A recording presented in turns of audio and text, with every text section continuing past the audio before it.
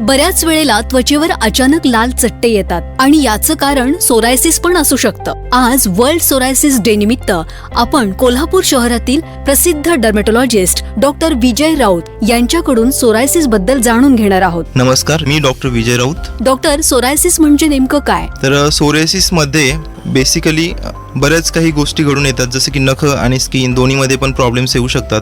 तर त्वचेवर लाल लाल चट्टे येऊन त्याच्यावर कोरडी जाड प्रकारची खपली येऊन जाते आणि तीच खपली जास्त दिवस जर राहिली तर त्याच्यामध्ये क्रॅक्स पण येतात आणि थोड्या प्रमाणात त्या पेशंट्सला खाज येते. तसेच काही पेशंट्सला जर डोक्यांमध्ये जर सोरायसिसचं प्रमाण वाढलं तर खूप प्रमाणात कोंडाचा प्रकार होतो आणि कोंडा गळतो. अशा पेशंट्समध्ये केस गळण्याचे पण प्रमाण वाढू शकते. तसेच सोरायसिसमध्ये नख खरबुडे होतात, त्यांचं टेक्स्चर डिस्टर्ब होऊन जातं आणि नख नेल बेड्स पासून सेपरेट होतात, म्हणजे पोकळ होतात. डॉक्टर, सोरायसिस होण्याची कारणं काय आहेत? सोरायसिस होण्याचे मुख्य ते कारण जर विचार केला तर सोरायसिस हा आजार वातावरणातील काही बदल आणि अनुवंशिकता याच्यावर अवलंबून आहे.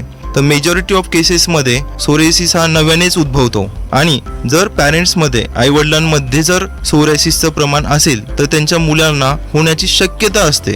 तर अनुवंशिक प्रकार पण याच्यामध्ये आहे.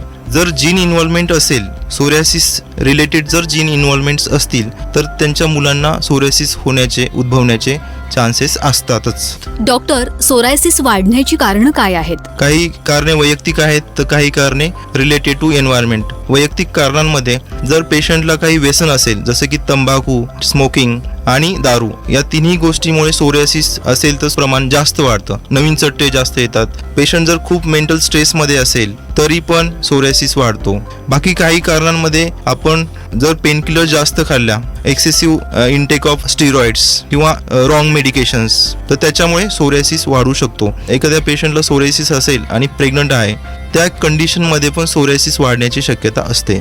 पेशंट विथ HIV त्यांच्यामध्ये पण सोरायसिसचे जे काही चट्टे आहेत ते जास्त प्रमाणात येऊ शकतात. डॉक्टर, सोरायसिसचे सिम्पटम्स काय सांगाल? खूप कॉमन आहे की पेशंटला जर खाज येत असेल कुठे अंगावर, खाज येऊन नंतर लाल चट्टे तयार झाले आणि या लाल चट्ट्यांवरच कडक कोरडी त्वचा तयार होऊन त्याच्या खपल्या तयार होणे आणि त्याला थोडीशी खाज येणे, तर हे मोस्ट कॉमन सिम्पटम्स आहेत. आणि जर हे त्वचा थोड्या दिवसानंतर कधी कधी यांना चिरा पण पडू शकतात. आणि जर डोक्यामध्ये जर केसांच्या बुडाला जर सोरायसिस झाला तर अशा व्यक्तींमध्ये कोंडा पडतो, खूप प्रमाणात कोंडा पडतो. तर हे दोन्ही चिन्ह आहेत तर ते स्किन सोरायसिसचे आहेत.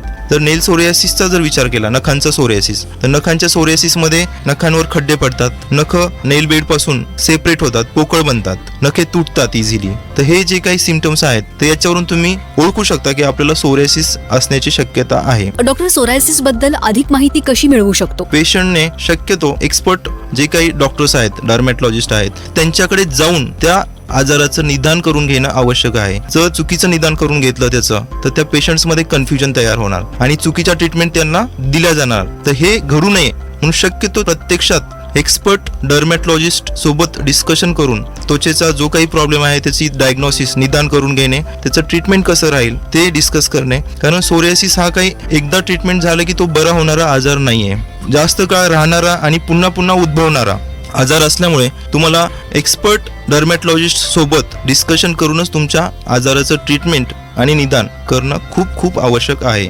डॉक्टर, सोरायसिस होण्याची कारणं काय आहेत? सोरायसिस होण्याचे मुख्य ते कारण जर विचार केला तर सोरायसिस हा आजार वातावरणातील काही बदल आणि अनुवंशिकता याच्यावर अवलंबून आहे. तर मेजॉरिटी ऑफ केसेसमध्ये सोरायसिस हा नव्यानेच उद्भवतो आणि जर पॅरेंट्समध्ये आईवडिलांमध्ये जर सोरायसिसचं प्रमाण असेल तर त्यांच्या मुलांना होण्याची शक्यता असते. तर अनुवंशिक प्रकार पण याच्यामध्ये आहे. जर जीन इन्व्हॉल्वमेंट असेल, सोरायसिस रिलेटेड जर जीन इन्व्हॉल्वमेंट्स असतील तर त्यांच्या मुलांना सोरायसिस उद्भवण्याचे चान्सेस असतातच. डॉक्टर, सोरायसिस वाढण्याची कारणं काय आहेत? काही कारणे वैयक्तिक आहेत तर काही कारणे रिलेटेड टू एन्व्हायरमेंट. वैयक्तिक कारणांमध्ये जर पेशंटला काही व्यसन असेल, जसं की तंबाखू, स्मोकिंग आणि दारू, या तिन्ही गोष्टीमुळे सोरायसिस असेल तर प्रमाण जास्त वाढतं, नवीन चट्टे जास्त येतात, पेशंट जर खूप मेंटल स्ट्रेसमध्ये असेल तरी पण सोरायसिस वाढतो.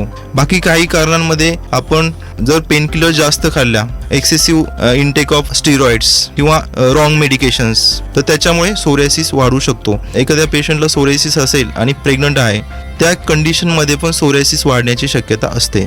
पेशंट विथ HIV त्यांच्यामध्ये पण सोरायसिसचे जे काही चट्टे आहेत ते जास्त प्रमाणात येऊ शकतात. Thank you doctor.